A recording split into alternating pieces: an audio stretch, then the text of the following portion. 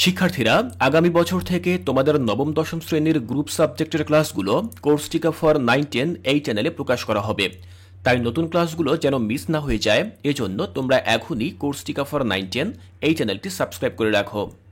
আসসালামু আলাইকুম প্রিয় শিক্ষার্থীরা, কোর্সটিকায় আজকে আমি আলোচনা করব তোমাদের বাংলা বই থেকে 6.3.1 প্রবন্ধ লিখি এই বিষয়টির দ্বিতীয় ক্লাস নিয়ে।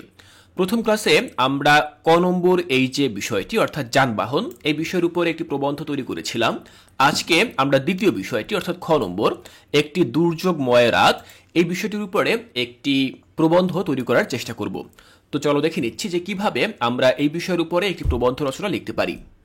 শিক্ষার্থীরা খেয়াল করো, প্রথমে আমরা ঠিক এভাবে আমাদের রচনার শিরোনাম দেব একটি দুর্যোগময় রাত।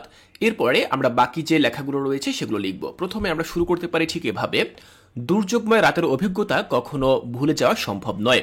এমনই এক রাতের ঘটনা বর্ণনা করতে গিয়ে আমার স্মৃতিতে ভেসে ওঠে সেই ভয়াবহ রাতের কথা, যখন প্রকৃতি যেন তার সমস্ত ক্রোধ নিয়ে আশ্রয় পড়েছিল আমাদের উপর। সেই রাত ছিল একটি ঘূর্ণিঝড়ের রাত, যা আমাদের গ্রামের মানুষের জীবনে এক গভীর দুঃস্বপ্ন হয়েছিল। তো প্রথম শুরুটা আমরা ঠিক এভাবে করলাম। পরবর্তী অংশ আমরা যেভাবে লিখতে পারি, দেখো, সেই দিনের সন্ধ্যায় আকাশে অস্বাভাবিক কালো মেঘ জমতে শুরু করে। বাতাসের গতি ক্রমাগত বাড়ছিল। গ্রামের সবাই জানতো যে বড় ধরনের ঝড় আসতে চলেছে, তাই সবাই দ্রুত তাদের ঘর বাড়ি সুরক্ষিত করার জন্য ব্যস্ত হয়ে পড়ছিল। আমাদের ছোট্ট করে ঘরটি ঝড়ের সামনে অরক্ষিত মনে হচ্ছিল, কিন্তু আমরা তখন জানতাম না কতটা ভয়াবহ হতে পারে সেই রাত। এরপর দেখো, আমি আরো লিখেছি, রাত 8টার দিকে ঝড় শুরু হয়। প্রথমে হালকা বাতাস, তারপর ধীরে ধীরে বাতাসের গতি বাড়তে থাকে। মেঘের গর্জন, বজ্রপাত এবং প্রবল বৃষ্টির সঙ্গে বাতাসের সাঁই সাঁই শব্দ আমাদের মনে ভয় ধরিয়ে দিয়েছিল। আমাদের পরিবারের সবাই একসঙ্গে জড়ো হয়েছিল একটি ছোট্ট ঘরে, যেখানে আমরা কিছুটা সুরক্ষিত বোধ করছিলাম। রাত যত গভীর হচ্ছিল, ঝড় ততই ভয়াবহ রূপ নিচ্ছিল। ঘরের চাল কাঁপছিল, দরজা জানালাগুলো যেন উড়ে যাওয়ার উপক্রম হচ্ছিল। আমরা সবাই মাটিতে বসে প্রার্থনা করছিলাম, আল্লাহ যেন আমাদের রক্ষা করেন। সেই মুহূর্তে বিদ্যুৎ চলে যায়, পুরো গ্রাম অন্ধকারে ডুবে যায়। অন্ধকারে বাতাসে শীতল স্পর্শ আমাদের মনে আতঙ্কের সৃষ্টি করছিল। ঝড়ের গতি এতটাই বেড়ে গিয়েছিল যে আশেপাশের গাছগুলো উপড়ে পড়ছিল। আমাদের কুঁড়ে ঘরটি মনে হচ্ছিল যেন কোনো মুহূর্তে ভেঙে পড়বে। আমাদের বাড়ির পাশে একটি বিশাল গাছ ছিল, যেটি আমাদের ঘরের উপর আছড়ে পড়ার আশঙ্কা ছিল। আমরা সবাই সেদিকে তাকিয়ে থাকলাম এবং আশ্চর্যজনকভাবে সেই গাছটি আমাদের ঘরের পাশ দিয়ে গিয়ে পড়ে। দেখো, এরপর আমরা লিখতে পারি, রাতের অন্ধকারে চারপাশে শুধু কান্নার শব্দ শুনতে পাচ্ছিলাম। গ্রামের মানুষরা তাদের ঘর বাড়ি ছেড়ে বাইরে বেরিয়ে আসছিল। কিছু মানুষ তাদের প্রিয়জনকে খুঁজছিল, কেউ বা তাদের পশু পাখির খোঁজ করছিল। আমরা একটি কেরোসিন বাতি জ্বালিয়ে বাড়ির বাইরে এসে দাঁড়ালাম এবং দেখলাম পুরো গ্রামটি যেন বিধ্বস্ত হয়ে গেছে।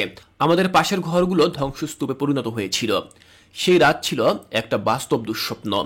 ঝড়ের তাণ্ডব থামার পর আমরা সবাই একসঙ্গে গ্রামের পরিস্থিতি দেখতে বের হলাম। চারদিকে ধ্বংসস্তূপ, উপড়ে পড়া গাছ, ভেঙে যাওয়া ঘর বাড়ি। মানুষদের মুখে ভয়, চোখে পানি। কেউ তাদের প্রিয়জন হারিয়েছে, কেউ বা তাদের ঘর বাড়ি। এরপর দেখো, আমি লিখেছি, সেই দুর্যোগময় রাত আমাদের শিখিয়েছে কিভাবে প্রকৃতির সামনে আমরা অসহায়। কিন্তু সেই রাতের আরও একটা দিক ছিল। আমরা দেখেছিলাম কিভাবে গ্রামের মানুষ একসঙ্গে মিলে একে অপরকে সাহায্য করছিল। সবাই মিলে আশ্রয়হীনদের আশ্রয় দিচ্ছিল, খাবার ভাগ করে নিচ্ছিল। এ ধরনের মানবতা ও সহানুভূতির উদাহরণ ছিল সেই রাত।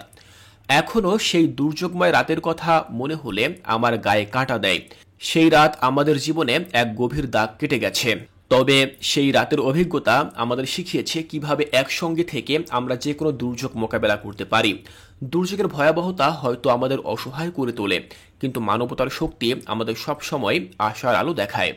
তাহলে শিক্ষার্থীরা, তোমরা দেখলে যে কিভাবে আমরা এই বিষয়টির উপরে অর্থাৎ একটি দুর্যোগময় রাত এই বিষয়টির উপরে পূর্ণাঙ্গ একটি প্রবন্ধ তৈরি করতে পারি।